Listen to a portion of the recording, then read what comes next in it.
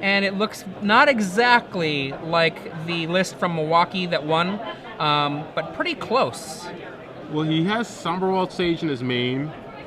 He's playing the Sin Collector Fiend Hunter package that we sort of was made popular by Brian Bremerman, but he has the Somberwald Sage and Sire of Insanity package, which is sort of like the other version that we've been seeing running around lately. Yeah, take that, Control. Yeah. Like, I am going to beat you very easily by getting a Sire of Insanity in play on turn 3. Yeah. So, looks like both players are tied at 1-1, and Robbie Cordell, the rock player, so to speak, is on the play. But Eric Theiss is actually the one who has the turn 1 play in Deathrite Shaman. And it looks like Robbie has one of his cremates in his hand, so he's going to be able to stop any kind of reanimation shenanigans we have for at least one turn. But again, a lot of the ways these reanimator decks can win is by just playing value creatures. And a card like Sin Collector is actually very good against a card like Cremate. And we know Eric has at least 2 copies in his main deck, and he has a 3rd in his sideboard, so it'll be interesting to see if he brings that one in as well.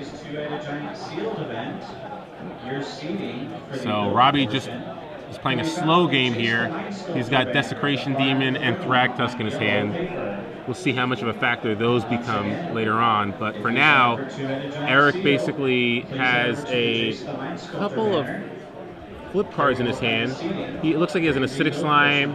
He has a Sever the Bloodline to deal with, potentially deal with a Thragtusk later on. Oh, and here comes a Sin Collector, which is what we were talking about, which can take that Cremate right out of Robbie's hand. Robbie doesn't even have a target for Cremate.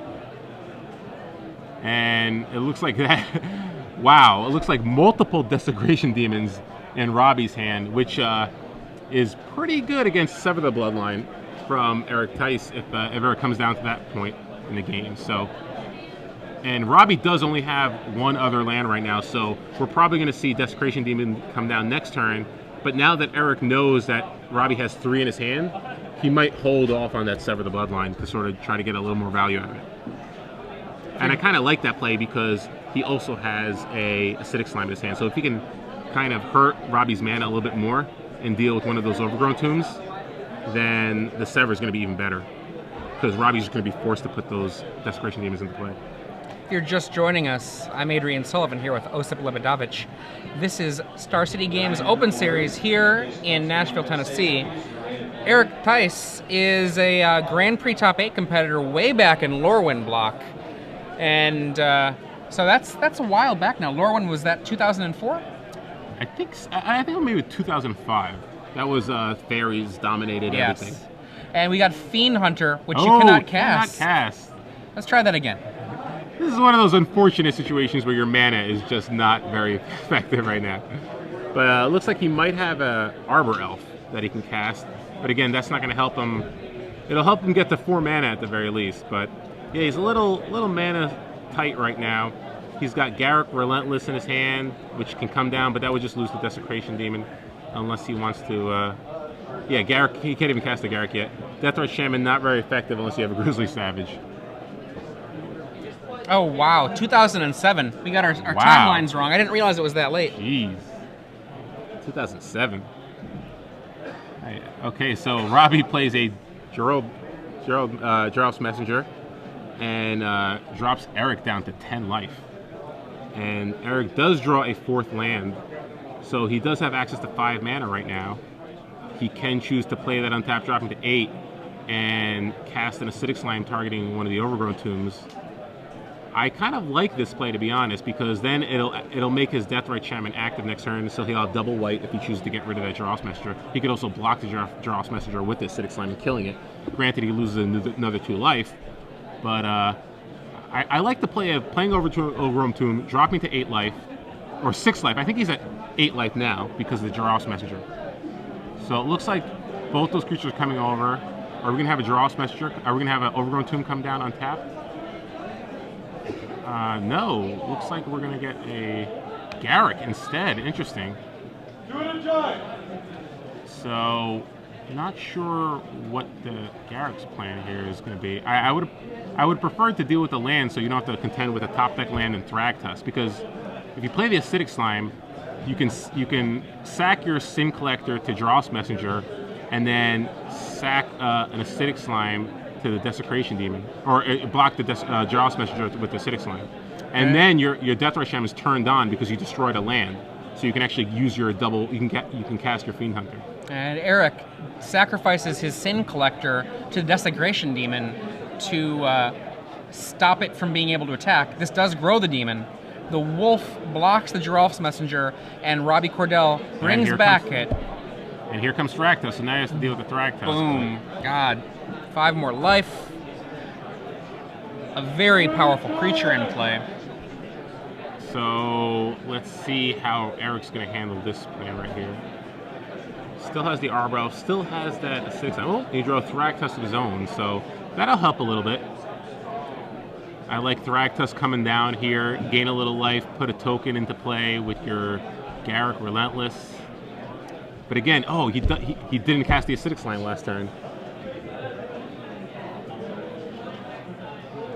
Did he not have? Does he not have the Overgrown Tomb? I thought he had the Overgrown Tomb last turn, but maybe I was wrong on that. So, oh yeah, he did. He just didn't play the Overgrown Tomb last turn. Oh, so it's gonna be. So now it looks like he's gonna have to play that untapped, dropping to 6. He'll gain 5 life from the Thragtusk, go up to 11, and then he can make a token with the Garruk. So still not the worst shape. Not the worst shape to be in. Not the best shape either, for sure. And, I mean, he'll be sitting up with a Deathrite Shaman, an Arbor Elf, a Wolf. I don't mind this at all. I don't think this board state. Obviously, it would have been better if he had the Overgrown Tomb in play last turn, but and I would have preferred the Acidic Slime be out in play already, but I think this play is still fine. He gains 5 life. He's going to get another token to play. He can sack the Thragtusk to tap the Desecration Demon, and then he can block the Thragtusk with the token. If we see another Desecration Demon come into play, he still has the Sever the Bloodline for both of them, so plenty of options on Eric's side of the board here. Sacks the wolf. So, ever so slightly growing. Interesting. I'm surprised he sacked the wolf there. So, yeah. In come the dudes. So I think you got to let Garruk go. I don't think you really want to block here. If he's attacking with both creatures. Okay, I don't like chump blocking, but all right. So he gets a token, deals with Jarl's Messenger, and his Garruk is still in play. So again, board position is not that bad because of the Sever the Bloodline. If we do see another Desecration Demon come down, he's in pretty good shape. Oh, instead, he's like, I kind of wonder if Robbie saw Sever the Bloodline in Game 2, and he's just keeping diversity going because of it. It certainly feels that way. I mean, he's definitely playing around Sever the Bloodline pretty efficiently. And is that a Restoration Angel? Yeah, and again, this is the problem I had with losing the Deathrite Shaman. If that Acidic Slime, you would have that Fiend Hunter in play already. Yeah. You know, you really want that Fiend Hunter in play, especially if you have Restoration Angel deck. It's very good at dealing with the Thragtusk token. So now really, what is your plan here? You're gonna try to just make a token and pass the turn back. I really think you want to get Acidic Slime into play here. I mean, you're at the point in this match where it feels like you're forced to make a wolf, and you don't want it to be the case. Yeah, I still think you're fine if you play Acidic Slime, kill a land, make a wolf token. You trade back and forth, and then you can choose to keep the Acidic Slime into play. You're at 9 life. You're not going to die to 1 hit from the. You sack the wolf to the Desecration Demon. I don't know. You're still not in bad shape, but you got to start conserving your resources a little bit better. They fights the Thragtusk. That is surprising. I would not have expected him to just throw away his Garruk right there because. Making a token a turn against Desecration Demon is much more effective than just basically throwing away your Garruk right there. So he tapped his Desecration Demon in his hand. I'm kind of curious if he's going to drop it now. I'm just very curious about how people play, their little mannerisms, all those little things that they do. Yeah, I think, Robbie has to sort of figure out what's going on here. And I think it's fine to just play the other demon. But Yeah, so he ends up just sacking Demon.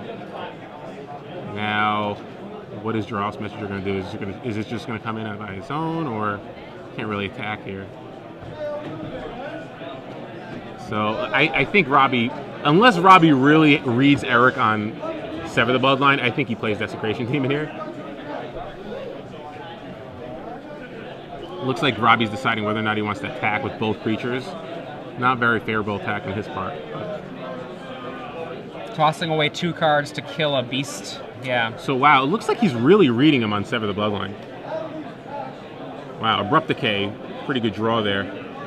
Again, I hate the fact that Eric just threw away so many resources, though. He's, now he can't even cast a slime.